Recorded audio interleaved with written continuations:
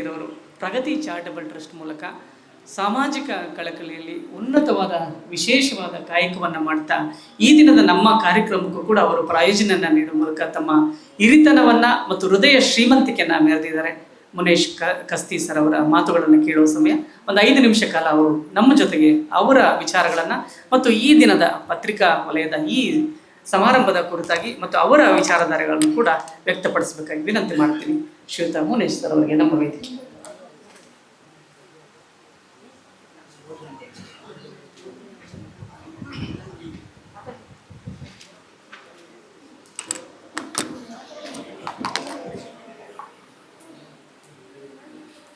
ಎಲ್ಲರಿಗೂ ನಮಸ್ಕಾರ.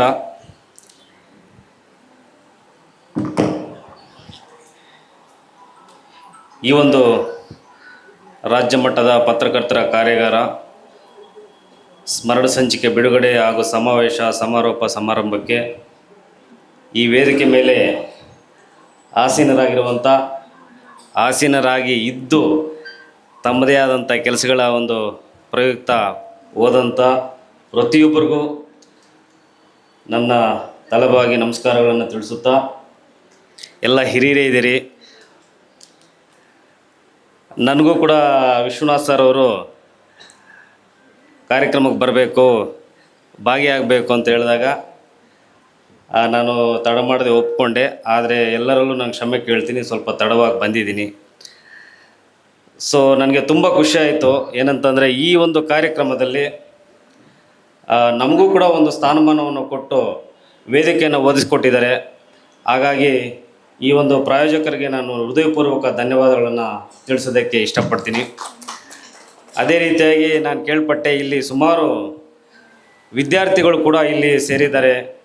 ಈ ಒಂದು ಪತ್ರಿಕಾ ರಂಗವನ್ನು ಅರ್ಥ ಮಾಡ್ಕೊಳ್ಳೋಕ್ಕೋಸ್ಕರ ಮತ್ತು ಇವತ್ತು ಏನು ಕೃತಕ ಬುದ್ಧಿಮತ್ತೆ ಆರ್ಟಿಫಿಷಿಯಲ್ ಇಂಟೆಲಿಜೆನ್ಸ್ ಅಂತ ಏನು ಕರಿತೀವಿ, ಇದನ್ನು ಪತ್ರಿಕೋದ್ಯಮದ ಜೊತೆಗೆ ಯಾವ ರೀತಿ ಬೆರೆಸಬೇಕು, ಪತ್ರಿಕೋದ್ಯಮದಲ್ಲಿ ಆಗ್ತಾ ಇರುವಂಥ ಒಂದು ಫೇಕ್ ನ್ಯೂಸನ್ನು ಹೇಗೆ ನಾವು ಫೈಂಡ್ ಔಟ್ ಮಾಡಬೇಕು ಅನ್ನೋದ್ರ ಬಗ್ಗೆ ಎಲ್ಲ ಕಲೀಲಿಕ್ಕೆ ಹಲವಾರು ವಿದ್ಯಾರ್ಥಿಗಳು ಕೂಡ ಇಲ್ಲಿ ಸೇರಿದ್ದಾರೆ. ಅದ್ರ ಜೊತೆಗೆ ಈಗ ಪ್ರಸ್ತುತ ಯಾರೆಲ್ಲ ವರದಿಗಾರರು, ಸಂಪಾದಕರು ಎಲ್ಲರೂ ಕೂಡ ಇದನ್ನು ಕಲೀಲಿಕ್ಕೆ ತುಂಬ ಉತ್ಸುಕರಾಗಿ ಎಲ್ಲರೂ ಕೂಡ ಸೇರಿದ್ದೀರಿ. ನಿಜವಾಗಲೂ ಖುಷಿಯಾಗುತ್ತೆ. ಈಗಾಗಲೇ ಮೇಡಮ್ ಅವರು ಹೇಳ್ತಾಯಿದ್ರು, ಆರ್ಟಿಫಿಷಿಯಲ್ ಇಂಟೆಲಿಜೆನ್ಸು ಯಾವ ರೀತಿ ಫೇಕ್ ನ್ಯೂಸನ್ನು ಇವತ್ತು ಎಷ್ಟು ಪ್ರಮಾಣದಲ್ಲಿ ನಮ್ಮ ಒಂದು ಡಂಪ್ ಮಾಡ್ತಿದ್ದಾರೆ ಅಂತ ಹೇಳ್ಬಿಟ್ಟು. ಅದು ಡಂಪ್ ಮಾಡ್ತಿರೋದು ಎಲ್ಲ ನಮ್ಮ ಮೈಂಡ್ಗಳ ಮೇಲೆ ಡಂಪ್ ಮಾಡ್ತಿದ್ದಾರೆ. ಆ ಒಂದು ಬ್ರಿಂಜ್ ವಾಚಿಂಗ್ ಅಂತ ನಾವು ಕರಿತೀವಿ. ಏನಂತಂದರೆ ಒಬ್ಬ ವ್ಯಕ್ತಿಯನ್ನು ಪದೇ ಪದೇ ವಾಚ್ ಮಾಡಲಿಕ್ಕೆ ಉಪಯೋಗಿಸುವಂಥ ಒಂದು ಟೆಕ್ನಾಲಜಿ. ಆ ಥರ ಒಂದು ಟೆಕ್ನಾಲಜಿ, ಆ ಥರ ಒಂದು ಕಂಟೆಂಟು, ಆ ಥರ ಒಂದು ಡೇಟಾವನ್ನು ನಮ್ಮ ಮೈಂಡ್ಗೆ ಡೈಲಿ ಫೀಡ್ ಮಾಡ್ತಿದ್ದಾರೆ.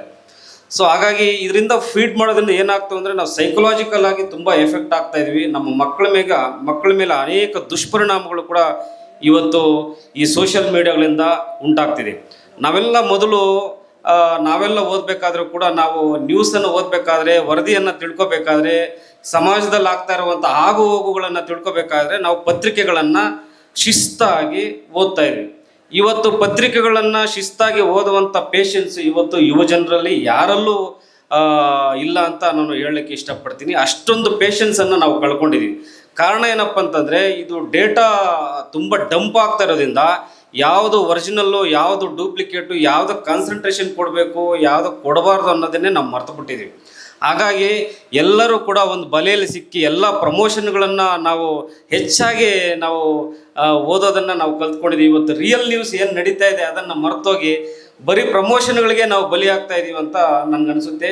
ಯಾಕಂತಂದರೆ ಮೇಡಮ್ ಅವರು ಕೂಡ ಈಗಾಗಲೇ ತುಂಬ ಕ್ಲಿಯರ್ ಆಗಿ ಆ ಒಂದು ಟ್ರೈನಿಂಗ್ ಸೆಷನ್ನಲ್ಲಿ ಯಾವುದು ಪ್ರಮೋಷನ್ನು, ಯಾವುದು ವರದಿ ಅಂತ ಎಲ್ಲರಿಗೂ ಕೂಡ ಅಚ್ಚುಕಟ್ಟಾಗಿ ರೀಚ್ ಆಗುವಂಥ ಎಲ್ಲರಿಗೂ ಪ್ರತಿಯೊಬ್ಬರಿಗೂ ಅರ್ಥ ಆಗೋ ರೀತಿಯಲ್ಲಿ ಹೇಳಿದ್ದಾರೆ.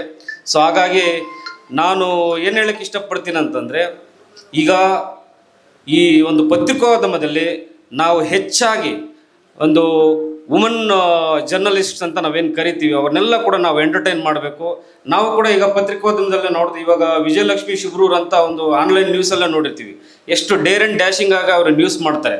ಸೊ ಆ ಥರ ಹಲವಾರು ಪತ್ರಕರ್ತರು ನಾವು ಅವಕಾಶ ಕೊಟ್ಟಾಗ, ವುಮನ್ ಜರ್ನಲಿಸ್ಟ್ಗೆ ಅವಕಾಶ ಕೊಟ್ಟಾಗ ಅವರು ಟ್ರಾನ್ಸ್ಪರೆಂಟಾಗಿ ಸಮಾಜದಲ್ಲಿ ನಡೀತಾ ಇರುವಂಥ ಒಂದು ನ್ಯೂಸನ್ನು, ಸಮಾಜದಲ್ಲಿ ಬೇಕಾಗಿರುವಂಥ ಒಂದು ನ್ಯಾಯವನ್ನು ಓದಿಸ್ಕೊಡೋ ನಿಟ್ಟಿನಲ್ಲಿ ಕೆಲಸ ಮಾಡ್ತಾರೆ ಅಂತ ನನಗನ್ಸುತ್ತೆ. ಯಾಕಂತಂದರೆ ನಿಜವಾದ ಒಂದು ಸ್ಫೂರ್ತಿ ಅವರಲ್ಲಿ ಇದೆ ಅಂತ ನಾನು ಭಾವಿಸ್ತೀನಿ. ಹಾಗಾಗಿ ಹೆಣ್ಣು ಮಕ್ಕಳಿಗೆ ಹೆಚ್ಚಾಗಿ ಜರ್ನಲಿಸ್ಟ್ಗಳನ್ನು ಆಗೋದನ್ನು ನಾವು ಅವಕಾಶ ಕೊಟ್ಟಾಗ ಸಮಾಜದ ಒಂದು ಆಗುಹೋಗುಗಳನ್ನು ಅಥವಾ ಅನ್ಯಾಯಗಳನ್ನು ತಡೆಯೋ ನಿಟ್ಟಿನಲ್ಲಿ ಹೆಚ್ಚಾಗಿ ಕೆಲಸ ಮಾಡ್ತಾರೆ, ಶ್ರದ್ಧೆಯಿಂದ ಕೆಲಸ ಮಾಡ್ತಾರೆ. ತುಂಬ ಕಮರ್ಷಿಯಲ್ ಅಂತೂ ಆಗೋದಿಲ್ಲ. ಹಾಗಾಗಿ ಅಷ್ಟು ಅಚ್ಚುಕಟ್ಟಾಗಿ ಕೆಲಸ ಮಾಡ್ತಾರೆ ಅಂತ ನಾವೆಲ್ಲ ಕೂಡ ಭಾವಿಸ್ಬೇಕಾಗುತ್ತೆ. ಈಗ ಏನಾಗ್ತಿದೆ ಅಂತಂದರೆ ತಾವೆಲ್ಲ ಕೂಡ ಆಲೋಚನೆ ಮಾಡ್ದಂಗೆ ಒಂದು ಫೇವರಿಸಮ್ ಅನ್ನೋ ಒಂದು ಕಾಂಟೆಕ್ಸ್ಟಲ್ಲಿ ನಾವೆಲ್ಲ ಕೂಡ ಕೆಲಸ ಮಾಡ್ತಾ ಇದ್ವಿ. ಈ ಪತ್ರಿಕೆಗಳೆಲ್ಲ ಕೂಡ ಒಂದು ಫೇವರಿಸಮ್, ಅವ್ರ ಫೇವರಿಸಮ್ ಆಗೇ ನ್ಯೂಸ್ ಮಾಡುವಂಥದ್ದು, ಇವ್ರ ಫೇವರಿಸಮ್ ಆಗೇ ನ್ಯೂಸ್ ಮಾಡುವಂಥದ್ದು. ಅಂದರೆ ನಾನ್ ಫೇವರಿಸಮ್ ಅವ್ರಿಗೆ ಯಾರೂ ಕೆಲಸನೇ ಮಾಡ್ತಾ ಇಲ್ಲ. ಸೊ ಹಂಗಾಗಿ ಈಗ ಬ್ಯಾಲೆನ್ಸ್ಡಾಗಿ ಕೆಲಸ ಮಾಡೋವಾಗ ಮಾಡೋಕ್ಕಾಗ್ತಾ ಇಲ್ಲ. ಯಾವಾಗ ಮಾಡೋದು ನಾವು ಅದನ್ನೆಲ್ಲ? ಸೊ ಹಾಗಾಗಿ ಈಗೇನು ಕಮರ್ಷಿಯಲ್ಸು ಸಾರ್ ಒಬ್ರು ಹೇಳ್ತಾ ಇದ್ರು, ಏನಾದರೆ ಜಾಸ್ತಿ ಜೋರಾಗಿ ನ್ಯೂಸು ಸ್ವಲ್ಪ ಆಪೋಸಿಟ್ ರೀತಿಯಲ್ಲಿ ಏನಾದರೂ ನ್ಯೂಸ್ ಬರೆದಾಗ, ಪತ್ರಿಕೆಯಲ್ಲಿ ಬಿಡುಗಡೆ ಮಾಡಿದಾಗ ಅಥವಾ ನ್ಯೂಸ್ ಬಿಂಬಿಸಿದಾಗ ಕಮರ್ಷಿಯಲ್ಸು ಸಿಗೋದಿಲ್ಲ, ಸ್ವಲ್ಪ ತೊಂದರೆಗಳಾಗ್ತವೆ. ಹಾಗಾಗಿ ಸ್ವಲ್ಪ ಬ್ಯಾಲೆನ್ಸ್ಡಾಗಿ ಹೋಗುವಂಥ ಒಂದು ಮೈಂಡ್ಸೆಟ್ಟನ್ನು ಜರ್ನಲಿಸ್ಟ್ಗಳು ಬೆಳೆಸ್ಕೊಂಡಿರ್ತಾರೆ ಅನ್ನೋದು. ಸೊ ಈಗ ನಾವು ಏನು ನಿಸ್ವಾರ್ಥದಿಂದ ಟ್ರಾನ್ಸ್ಪರೆಂಟಾಗಿ ಕೊಡೋ ನ್ಯೂಸನ್ನು ಪ್ರಾಪರಾಗಿ ನಾವು ಕೊಟ್ಟಾಗ ಆ ಒಂದು ಕಮರ್ಷಿಯಲ್ಸ್ ಕೂಡ ತನಗೆ ತಾನಾಗೆ ಬರ್ತವೆ ಅನ್ನೋದನ್ನು ಕೂಡ ನಾವು ಮರಿಬಾರ್ದು. ಸೊ ಹಾಗಾಗಿ ಈ ಒಂದು ಟ್ರಾನ್ಸ್ಪರೆಂಟನ್ನು ಮೇಂಟೈನ್ ಮಾಡಬೇಕು. ಈ ಫೇವರಿಸಮನ್ನು ನಾವು ಬಿಡಬೇಕಾಗುತ್ತೆ. ಈಕ್ವಾಲಿಟಿಯಾಗಿ ಈಕ್ವಿಟಿಯಾಗಿ ಕೂಡ ನಾವು ಕೆಲಸ ಮಾಡಬೇಕಾಗುತ್ತೆ. ಆಮೇಲೆ ಈ ಫೇವರಿಸಮ್ ಅನ್ನೋ ಅಂಬ್ರೆಲಾ ಅಂಡ್ರಲ್ಲಿ ಈ ಒಂದು ಫೇವರಿಸಮ್ ಯಾವ ರೀತಿ ವರ್ಕಾಗುತ್ತೆ ಅಂದರೆ, ಒಂದು ರಿಲಿಜನ್ಗೆ ಕೆಲಸ ಮಾಡುವಂಥದ್ದು, ಒಂದು ಕಾಸ್ಟ್ಗೆ ಕೆಲಸ ಮಾಡುವಂಥದ್ದು, ಒಂದು ಕಲರ್ಗೆ ಕೆಲಸ ಮಾಡುವಂಥದ್ದು, ಒಂದು ಕ್ರೀಡ್ಗೆ ಕೆಲಸ. ಸೊ ಆ ಥರ ಆಗೋಗ್ತಾ ಇದೆ. ಇವಾಗ ಏನು ಪತ್ರಿಕೆಗಳನ್ನು ನಾವು ನೋಡಿದಾಗ ನಿಜವಾಗ್ಲೂ ಹಲವಾರು ಪತ್ರಿಕೆಗಳನ್ನು ಅದರ ಹೆಸರಿಟ್ಟು ನಾವು ಹೇಳಬೇಕಾಗಿಲ್ಲ. ಒಂದೇ ಒಂದು ವಿಷಯದ ಮೇಲೇ ಕೆಲಸ ಮಾಡ್ತೀವಿ. ಇನ್ನೊಂದು ಪತ್ರಿಕೆ ತಗೊಂಡು ಅದೊಂದು ಆ್ಯಂಗಲಲ್ಲೇ ಕೆಲಸ ಮಾಡ್ತೀವಿ. ಅದು ಆ ಒಂದು ಬೌಂಡ್ರಿಯನ್ನು ದಾಟೋದಿಲ್ಲ. ಬಟ್ ಅದು ಪತ್ರಿಕೆಯನ್ನು ಸ್ಥಾಪನೆ ಮಾಡಬೇಕಾದ್ರೆ ಆ ಬೌಂಡ್ರಿಯನ್ನು ಇಟ್ಕೊಂಡು ಅವರು ಸ್ಥಾಪನೆ ಮಾಡಿರಲ್ಲ. ಎಲ್ಲ ಸಮುದಾಯಕ್ಕೂ ಪ್ರತಿಯೊಂದು ವರ್ಗಕ್ಕೂ ರೀಚ್ ಆಗುವಂಥ ಎಲ್ಲ ವಿಷಯಗಳನ್ನು ಬಿಂಬಿಸುವಂಥ ರೀತಿಯಲ್ಲಿ ಕೆಲಸ ಮಾಡೋಣ ಅಂತಲೇ ಅಜೆಂಡಾ ಇಟ್ಕೊಂಡಿರ್ತಾರೆ. ಬಟ್ ಬರ್ತಾ ಕೆಲವು ಒತ್ತಡಗಳಿಂದ ಕೆಲವೊಂದು ವಿಷಯಗಳ ಮೇಲೇ ಅದು ಫೋಕಸ್ ಮಾಡಿ ನ್ಯೂಸ್ ಮಾಡುವಂಥ ಒಂದು ಸಂದರ್ಭಗಳು ಏರ್ಪಡಿದ್ದಾವೆ. ಸೊ ಹಾಗಾಗಿ ನಾನು ನಮ್ಮ ಜರ್ನಲಿಸ್ಟ್ ಬಂಧುಗಳಲ್ಲಿ ನಾನು ಏನು ರಿಕ್ವೆಸ್ಟ್ ಮಾಡ್ತೀನಿ ಅಂತಂದರೆ, ತಾವೆಲ್ಲ ಕೂಡ ನಿಸ್ವಾರ್ಥ ಸೇವೆಯಿಂದ ಸಮಾಜದಲ್ಲಿ ಇರುವಂಥ ಆಗುಹೋಗುಗಳ ಬಗ್ಗೆ ತಾವೆಲ್ಲ ಕೆಲಸ ಮಾಡಿದ್ದಾಗಲೇ ನಾವು ಅದ್ಭುತವಾದಂಥ ಒಂದು ರಿಸಲ್ಟನ್ನು ನಾವು ಎಕ್ಸ್ಪೆಕ್ಟ್ ಮಾಡ್ಬೋದು. ಈಗ ಏನಂತಂದರೆ ಸಂವಿಧಾನದಲ್ಲಿ ಹೇಳ್ತಾರೆ, ಅದು 4ನೇ ಅಂಗ ಅಂತ ಹೇಳ್ಬಿಟ್ಟು. 4ನೇ ಅಂಗ ಎಷ್ಟು ಚೆನ್ನಾಗಿ ಕೆಲಸ ಮಾಡಿದ್ರೆ ಮಿಕ್ಕಿದ 3 ಅಂಗಗಳು ಪ್ರಾಪರಾಗಿ ಕೆಲಸ ಆಗ್ತವೆ, ಅದು ಕಾರ್ಯರೂಪಕ್ಕೆ ಬರ್ತದೆ ಅಂತ ನನಗನ್ನಿಸುತ್ತೆ.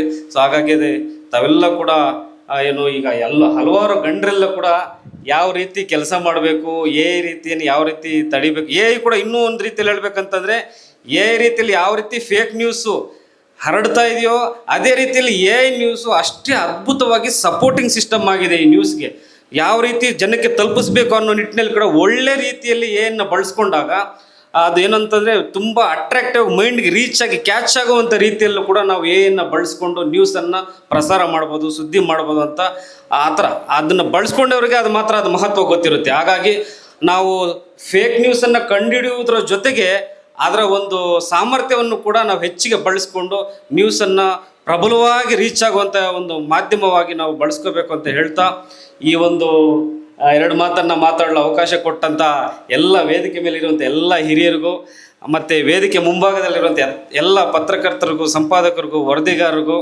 ಎಲ್ಲರಿಗೂ ವಂದಿಸಿ ನನ್ನ ಮಾತನ್ನು ಮುಗಿಸ್ತಾ ಇದ್ದೀನಿ. ಜೈ ಹಿಂದ್, ಜೈ ಕರ್ನಾಟಕ. ಮತ್ತು ಅದು ಇವತ್ತಿನ ಪ್ರಸ್ತುತತೆ ಬಗ್ಗೆ ತಾವು ಮಾತಾಡಿದ್ದೀರಾ, ಪತ್ರಿಕೆ ಬಗ್ಗೆ ಮಾತಾಡಿದ್ದೀರಾ. ಬಹುಶಃ ನಾನು ವೆರಿ ಸಿಂಪಲ್ ಆಗಿ ನೀವು ಕಂಡ್ರಿ ಸರ್, ಅದರ ವಿಚಾರದಲ್ಲಿ ತುಂಬ ದೊಡ್ಡವರಿದ್ದೀರಾ ಸರ್. ಒಂದು ಚಪ್ಪಾಳೆ ಬರಲಿ ಮನೇಶ್ವರ್.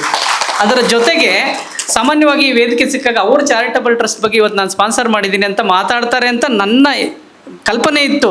ಅದನ್ನು ಮೀರಿದ ಹೃದಯವಂತಿಕೆ ತೋರಿಸಿದ್ದೀರಾ ಸರ್, ಅದಕ್ಕೆ ಇನ್ನೊಂದು ಚಪ್ಪಾಳೆ ಸರ್ ನೀವು. ಅದರ ಜೊತೆಗೆ ನನಗೆ ಹೇಳಿದ್ರು, ನೀವು ಮಾತಾಡ್ತಿರುವಾಗ ಸುಮಾರು ಸೇವೆಗಳನ್ನು ಮಾಡ್ತಿದ್ದಾರೆ. ಅಂಗವಿಕಲರಿಗೆ ವೀಲ್ ಚೇರ್ಗಳನ್ನ ಕೊಡೋದು, ಶಿಕ್ಷಣ ಕ್ಷೇತ್ರಕ್ಕೆ ಕೊಡೋದು, ವಿದ್ಯಾರ್ಥಿಗಳಿಗೆ ಸಹಕಾರ ಕೊಡೋದು, ಎಲ್ಲ ಮಾಡ್ತಿದ್ದಾರೆ. ಮತ್ತು ತುಂಬ ಒಳ್ಳೆಯ ವಿಚಾರಗಳನ್ನು ಬಲ್ಲವರಾಗಿದ್ದೀರಾ. ಶುಭವಾಗಲಿ ತಮಗೆ. ತುಂಬ ನಾವು ನಿಮ್ಮಿಂದ ಎಕ್ಸ್ಪೆಕ್ಟ್ ಮಾಡ್ತೀವಿ ಸರ್ ಮುಂದಿನ ದಿನಗಳಲ್ಲಿ ನಮ್ಮ ಪತ್ರಿಕಾ ವಲಯಕ್ಕೆ. ಧನ್ಯವಾದ ಸರ್.